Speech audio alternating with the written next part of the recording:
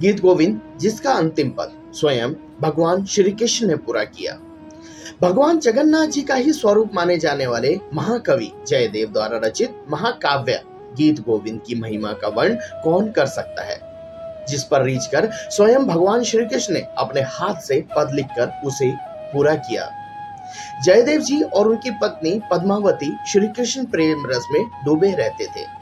जयदेव जी को भगवान के दशावतारों के प्रत्यक्ष दर्शन हुए थे जब भगवान श्री कृष्ण ने लिखा गीत गोविंद का अंतिम चरण। एक दिन भावावेश में जयदेव जी ने देखा कि यमुना तीर पर कदम के नीचे भगवान श्री कृष्ण मुरली हाथ में लिए मुस्कुरा रहे हैं। तभी उनके मुख से यह गीत निकला, मे धर्मे दुरम स्वरम बन भुव श्यामा तस्माल ध्रुमे। बस यहीं से गीत गोविंद काव्य का आरंभ हो गया। इसमें प्रभु के श्रृंगार रस से पूरित ललित लीलाओं का वर्ण है। जयदेव जी जब गीत गोविंद लिख रहे थे तब एक बार उनके मन में श्री राधा रानी के मान का प्रसंग आया।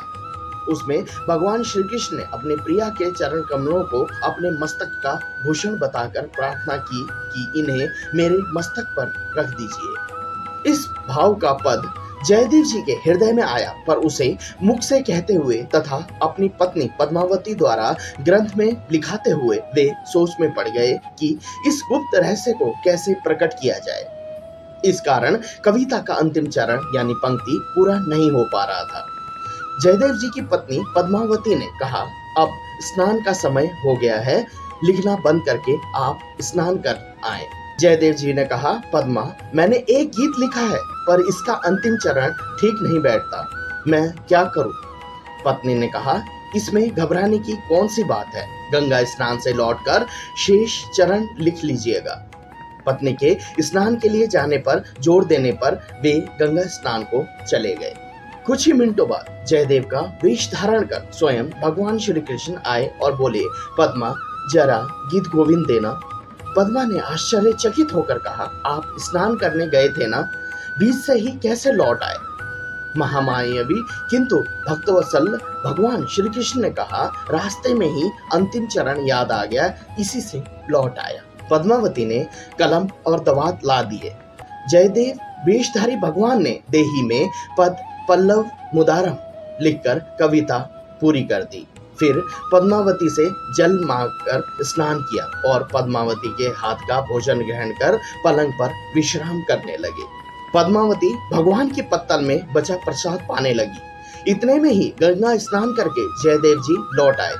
पति को इस प्रकार आते देखकर पद्मावती चौंक गई।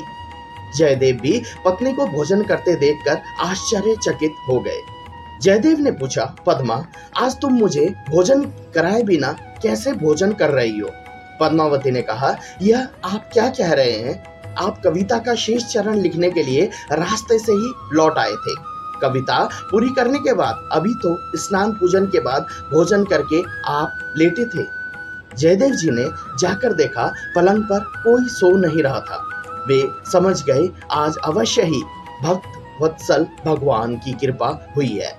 फिर उन्होंने भगवान द्वारा लिखा कविता का शेष चरण देखा तो मन ही मन कहा, यही तो मेरे मन में था, पर मैं संकोचवश लिख नहीं पा रहा था।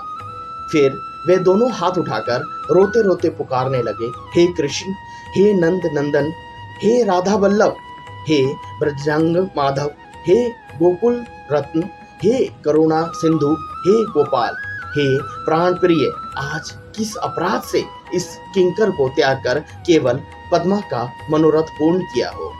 इतना कहकर जयदेव जी पद्मावती की पत्तल से श्री हरि का प्रसाद उठाकर खाने लगे। पद्मावती ने उन्हें अपने जूठन खाने से रोका भी, पर प्रभु प्रसाद के लोभी जयदेव जी ने उनकी एक न सुनी। इस घटना के बाद जयदेव जी संकोच छोड़कर उसी गीत को गाते हुए मस्त घुमा करते और उस गीत को सुनने के लिए नंद नंदन उनके पीछे पीछे छिपकर चलते रहते थे। जय श्री बिहारी जी।